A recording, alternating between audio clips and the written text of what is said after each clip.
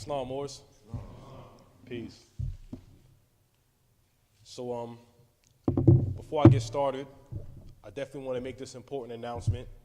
Next week, we have a dear brother coming to do a significant demonstration. Brother by the name of Zion Lex, extremely fluent in Hebrew, not just Hebrew language, but Hebrew history and culture. He will be speaking at the temple Sunday, September 3rd, I believe the date is. And it's going to be a profound event. Like, the brother's going to be making a lot of connections. He's going to be bringing forth information that you've never heard before. We strongly encourage that you invite your family and friends. We want a very large presence here. He has a huge following on social media, so a lot of people are going to be coming here just to see him. But we definitely want the presence of the Moors, our family, our friends, our relatives. So do your best to try to get people to come through. Again, it's going to be a very huge event.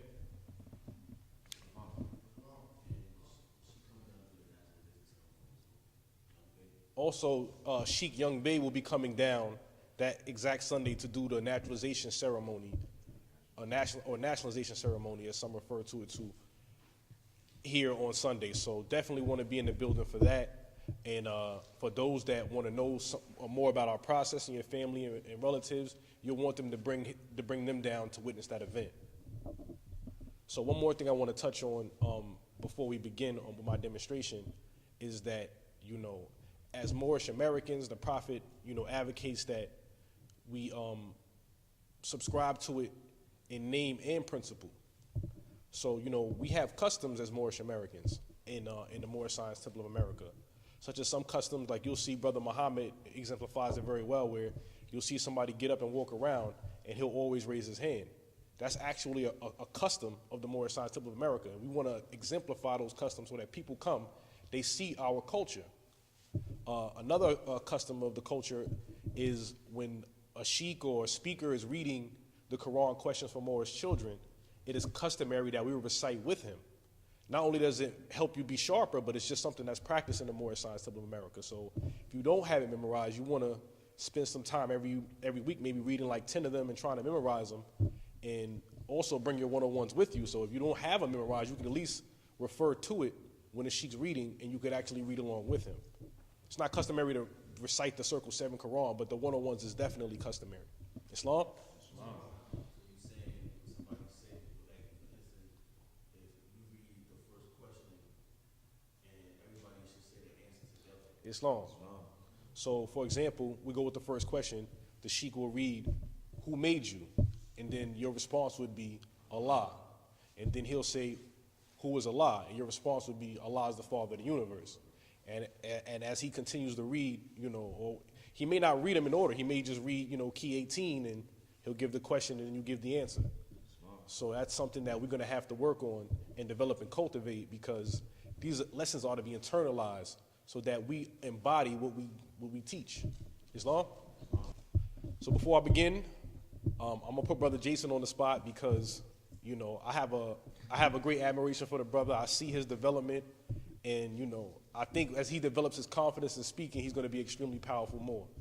So I'm going to ask you to rise and give your honors, and I'm going to ask you maybe 2 questions. Don't be nervous, Mo. Don't be nervous. Be confident, man. This is what you do. You definitely on the come up.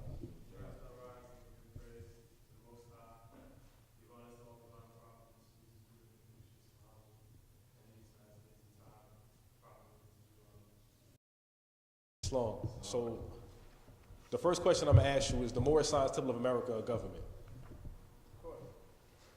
How is the Moorish Science Temple of America a government? If you can give that breakdown. We're a body politic. We're incorporated under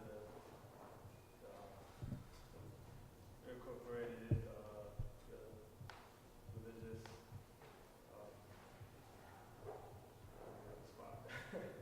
So good, Mo. Whatever you can remember. Religious Corporation Act. Islam. But the Prophet did that in Illinois.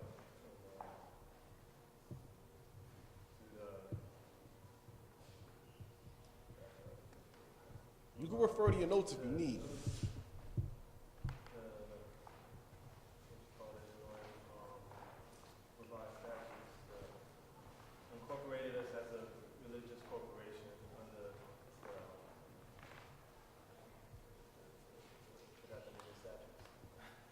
Herds revised statute. Herds revised statute.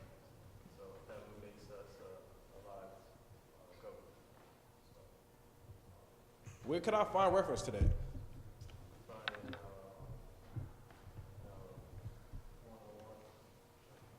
the back of our 101, placed it out there. So, it's always there. That we see it every time. Sloan. Appreciate you more. Thank you. Good job. Good job. If y'all notice, every time I come up here, I ask that same question over and over again. And the reason why I keep asking the question is because you should expect that. When you hear, oh, Sheikh Amir is about to give a demonstration, it should automatically be running in your mind. What if that more call on me? How am I gonna break this down? Now, I'm picking on Jason today, but it could be any one of y'all, because most of y'all are present when I do these demonstrations. So just real quickly, real briefly, you go from the Religious Corporation Act to Herds Revised Statute, or you could go from the Religious Corporation Act onto the back of the 101s. At the bottom, you see Herds Revised Statute, which was a reference. From Herds Revised Statute, you could type in Religious Corporation Act on Google on your phone, and that's going to bring up Herds Revised Statute, the Illinois statutory law pertaining to that. And in Chapter 32, it references, in I think paragraph 164, you'll see it on the website, it's like the first paragraph, it says, it shall be and remain a body politic. Then you could just Google what body politic is, and you're going to find out that's a government. And actually read the Religious Corporation Act, like read it. It's long. Read the document and get an understanding of what it is. It's long. Because it's important, because this is not a religious flag. This is not representing the Kingdom of Morocco 1956. This is our national flag. We are a nation. And you should be able to disseminate and explain to any human being that asks you, when you say my nationality is Moorish American, how? How is that a national? Because you're part of the Moorish Science Temple? That's a religious group. How is that a nationality? People are going to challenge you on that. And you have to explain how we're a theocracy. You have to explain what laws we are incorporated under, what distinguishes us from other religious groups. Islam? So I'm not going to spend any more time on that. I'm going to move on to my demonstration. I believe I went over this for the past 2 meetings where I broke down about this article. So the article that I'm reading from, and I guess since this is the first time we're videotaping on the subject, it's a scholarly article written by Spence Dew, who's the assistant professor of religious studies at Sedentary College of Louisiana. And this article is in the Journal of Law and Religion. Now, I found this article on the database known as Journal Storage. It's spelled JSTOR. The general public does not have access to it. It's generally academics and people in the legal profession that have access to this particular journal. I have to log in through my college ID to get access to these articles or databases. So it's not something you could just Google on the web and you're going to find. It's long? And the reason why I'm doing a demonstration on this particular article because there's a lot of confusion in the Moorish movement. And a lot of Moors have strayed away from the path of our honorable prophet, Noble Dwali. You can't see because of the pillars. Yeah, actually he's right here on the Divine Constitution and Bylaws. Our honorable prophet, Noble Dwali. A lot of Moors have a great misunderstanding because many Moors are actually propagating things to the contrary of what the prophet teaches. They'll use his name to attract people, but they will not utilize his teachings. Even within some Moorish science temples, there are misunderstandings.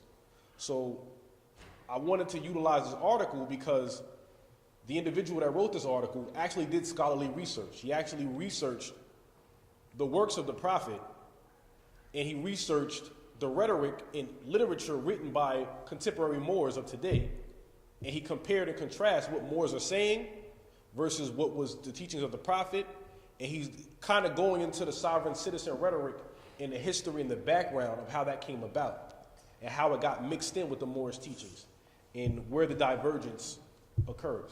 Islam? So So I'm going to continue where I left off. I'm not going to go back to the beginning of the article.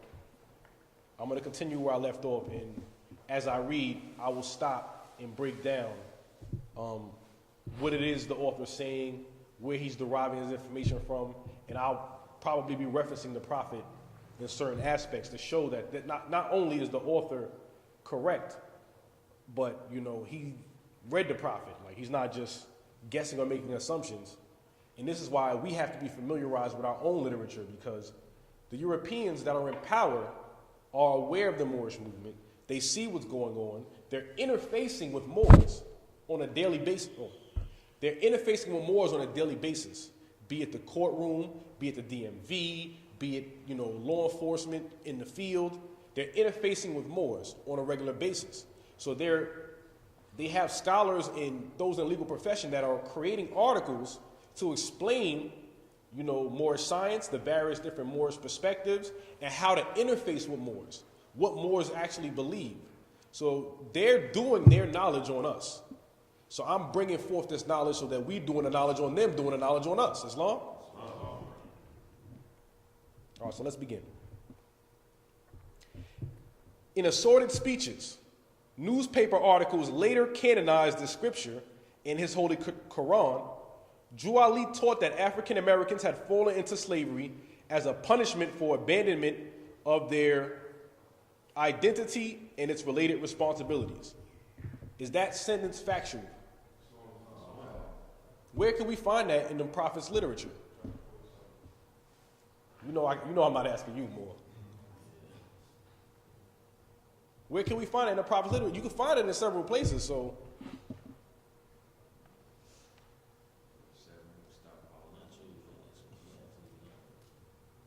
I want y'all Moors to really think, where have you heard or read that Juali said that the people referred to as Negro, black, and colored had fallen into slavery as a punishment for abandoning their identity and its related responsibilities?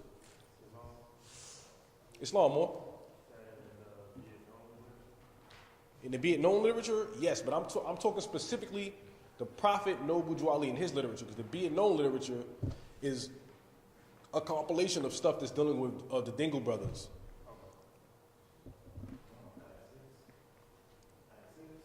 Acts 6, excellent. That's one example. Can we? First I ride the people who pray to Clermont, all the divine prophets, and everything is there. Islam. Now you see what the brother did? That's another example of our Moorish customs. And you know the Hebrew brothers do the same thing. The Israelite brothers, they do the same thing. Before they speak, they give honors, or at least they give praises to the Creator, the Most High. They at least do that much before, and they typically give honors to the prophets. Abraham, Isaac, and Jacob, if nobody else. They give honors to the prophets, and they give praises to the Most High. That is a Moorish and Israelite custom. So any time that you're called upon or you want to disseminate knowledge, for the first time that you speak, that is what you do. You know, typically the sheiks, they'll do it at the beginning of the meeting when they're introducing themselves. So you won't see them do it throughout the course of the demonstration because they had already done it when they first spoke, introducing themselves. First I rise, give all praises due to Allah. That's something that we say prior to us speaking. Islam?